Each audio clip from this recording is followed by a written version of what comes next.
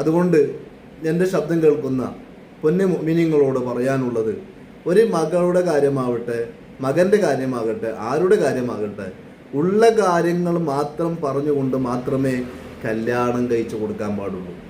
എന്തുകൊണ്ട്? പിന്നീട് അവർ പ്രശ്നമായാൽ അത് രണ്ടു കൂട്ടർക്കും തലവേദനയാണ്.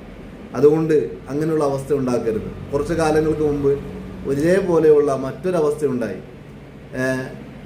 പിന്നെ പെണ്ണ് നല്ല സ്വാലിഹാണ്, ഒക്കെ ഇബാദത്തുകളൊക്കെ ചെയ്യുന്നുണ്ട്, മുത്തുനബി സല്ലല്ലാഹു അലൈഹി വസല്ലമ തങ്ങളെ സ്വപ്നം കണ്ട പെണ്ണാണ് എന്നൊക്കെ പറയുന്ന ഒരവസ്ഥയുണ്ടായി. അപ്പോൾ അതും അങ്ങനെ തന്നെയാണ്.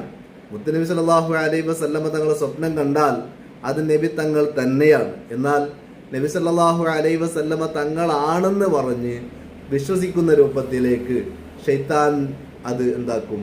ഷൈത്താൻ നബി തങ്ങളാണെന്ന് പറഞ്ഞ് അവകാശം പറഞ്ഞുകൊണ്ട് വരുന്ന ഒരവസ്ഥ ഉണ്ടാകും.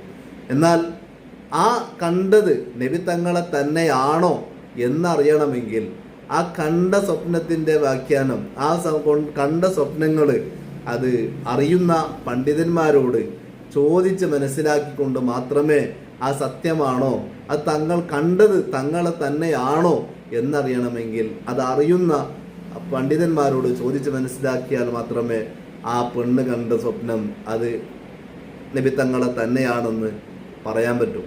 അപ്പോൾ ഈ സ്വപ്നങ്ങൾ ഇന്ന് 100 കണക്കിന് വ്യാജതരീക്കന്മാർ, 1000കണക്കിന് വ്യാജതരീക്കന്മാർ പ്രചരിപ്പിക്കുന്ന ഒരുപാട് സ്വപ്നങ്ങളുടെ കഥകൾ പറയാനുണ്ട്. എന്തിനു വേണ്ടി? അവരൊക്കെയും ചെയ്യുന്നത് നബി സല്ലല്ലാഹു അലൈഹി വസല്ലമ തങ്ങളെ സ്വപ്നം കണ്ടു എന്ന് അവകാശം പറഞ്ഞു വരുന്നവരാണ്. അവർക്ക് ഒരു യോഗ്യതയും ഇല്ല. എന്തുകൊണ്ട്? ഈ കാണുന്നതൊന്നും നബി തങ്ങളല്ല, അത് ഇബ്ലീസ് ആ നബി തങ്ങൾ കണ്ടു എന്ന് തോന്നുന്ന രൂപത്തിലേക്ക് വരുത്തുന്ന പല സ്വപ്നങ്ങളും കണ്ടുകൊണ്ട് അതിൽ പെട്ടുപോകുന്നതാണ്. ഇദ്ദേഹം ഒരു ഉസ്താദാണ്. അദ്ദേഹം അങ്ങനെ പെടാൻ കാരണം നബി സല്ലല്ലാഹു അലൈഹി വസല്ലമ തങ്ങളെ സ്വപ്നം കണ്ടാൽ അത് ശരിയായിരിക്കുമെന്ന് വിചാരിച്ചു, വിശ്വസിച്ചു, കല്യാണം കഴിച്ചു. എന്നിട്ടോ പിന്നീട് സമാധാനമില്ല.